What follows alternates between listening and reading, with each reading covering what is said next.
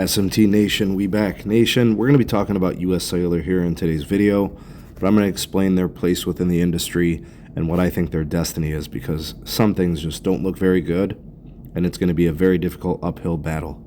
Let's talk about it here in today's video. The link for the article shown here, it's just displayed here, is on the screenshot here, the screen capture from Michael. I'll provide a link for it in the description so you guys can see how their quarter went.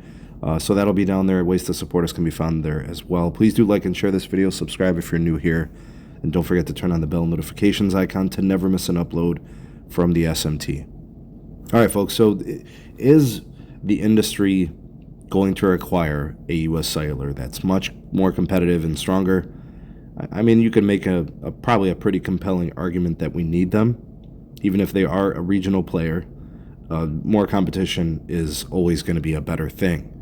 Whether it's localized, regionalized, or it's national. So them not performing well is not good for the industry and only leads to a possible consolidation in the threat of an acquisition in the case of like a merger or something like that. Anyways, their quarter overall wasn't very good. The company at US Cellular lost 47,000 postpaid wireless phone subscribers, and that's quarter after quarter after quarter of losses, and they're losing customers to the national players. They lose to T-Mobile, Verizon, and AT&T. Every time those companies build more towers in, what would be considered to be, US Cellular territory, it puts them in a position to possibly lose those customers.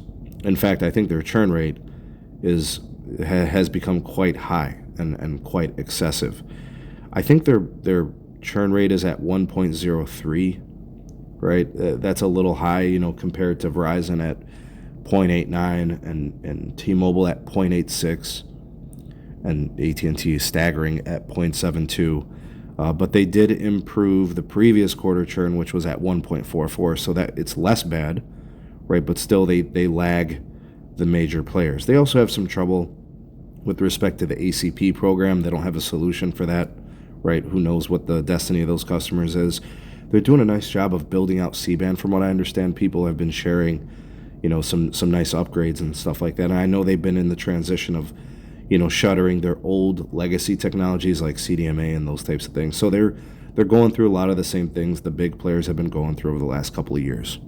But with those losses and with cable getting more involved with wireless, and I think along with those, mobile network operators like Verizon, AT&T, and T-Mobile building out a more nationwide footprint, getting deeper within those regions with cell tower densification, it just makes things harder on US Cellular. So one of the bright spots I did notice was that fixed wireless access for US Cellular has been pretty good. They grew that service by 42% in the quarter, now accounting for 124,000 subscribers on the service. So TDS has wireline, with US Cellular Wireless, they're also doing fixed wireless access. So there's some bright spots there, but the elephant in the room is if and when US Cellular is going to be consumed by a bigger player or bigger players. Will it be through assets? Will it be the whole business? I will tell you that the ARPU at the company is improving. That makes them a much more attractive option, for a company to purchase those customers. Although I will say that rates now are very, very high. So it's unlikely that anybody's going to want to pay full-fledged value for the company and its assets, but the spectrum is worth money that they hold, the wireless assets and tower sites and things of those nature. But we're probably not going to have our pulse on what the destiny is for US Cellular for a while. And for the time being, they're just going to try to control that churn rate. They're going to try to reduce the losses and get on the positive side, but it's not going to be easy. They got a tough road ahead if they're going to do this thing alone. Otherwise, they're going to be looking to sell, because things aren't getting easier in the industry, they're getting harder. Anyways, what's your take on the quarter?